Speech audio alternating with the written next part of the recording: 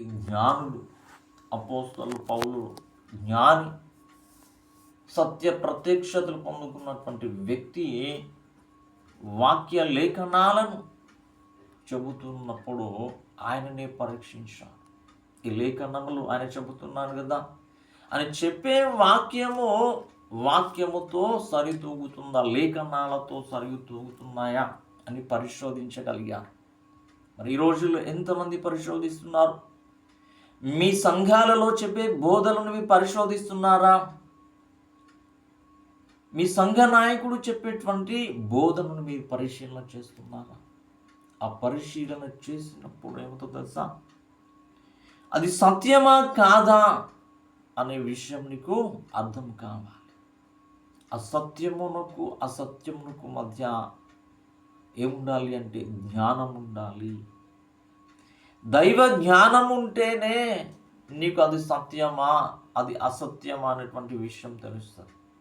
దైవ జ్ఞానము లేకుండా, లేఖన జ్ఞానము లేకుండా, దేవునికి ఆత్మ లేకుండా నీవు సత్యాన్ని కనుగొనలేవు.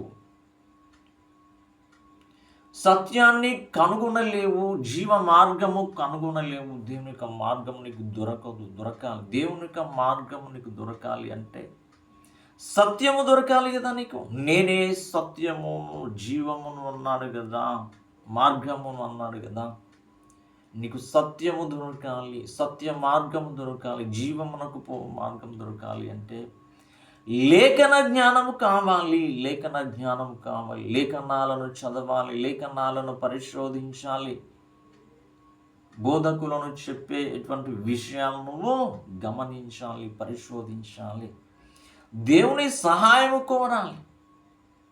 ప్రభువా, నీ జీవమునకు పోవు మార్గం నాకు తెలుపుము, నీ సత్య మార్గములో నేను ప్రవేశించాలి. అనేక అబద్ధ ప్రవక్తలు బయలుదేరి ఉన్నారు, అబద్ధ బోధకులు బయలుదేరి ఉన్నారు. వీరందరిలో నుండి తప్పించుకొని జీవమునకు వెళ్ళే మార్గాన్ని నేను వెళ్ళగలగాలి కదా అని నీవు దేవుణ్ణి మొరపెట్టగలగాలి. ఏదో నీ అవసరతల కోసం కాదు, ఈ లోక సంబంధమైనటువంటి అవసరాలు కొంతవరకే, నీవు లోకంలో ఉన్నంత వరకే పనిచేస్తాయి. కానీ దేవుని నీ అవసరాల కోసం వాడుకోవటం కాదు, అసలు సిసలైనటువంటి రాజ్యములోకి ప్రవేశించగలగాలి కదా.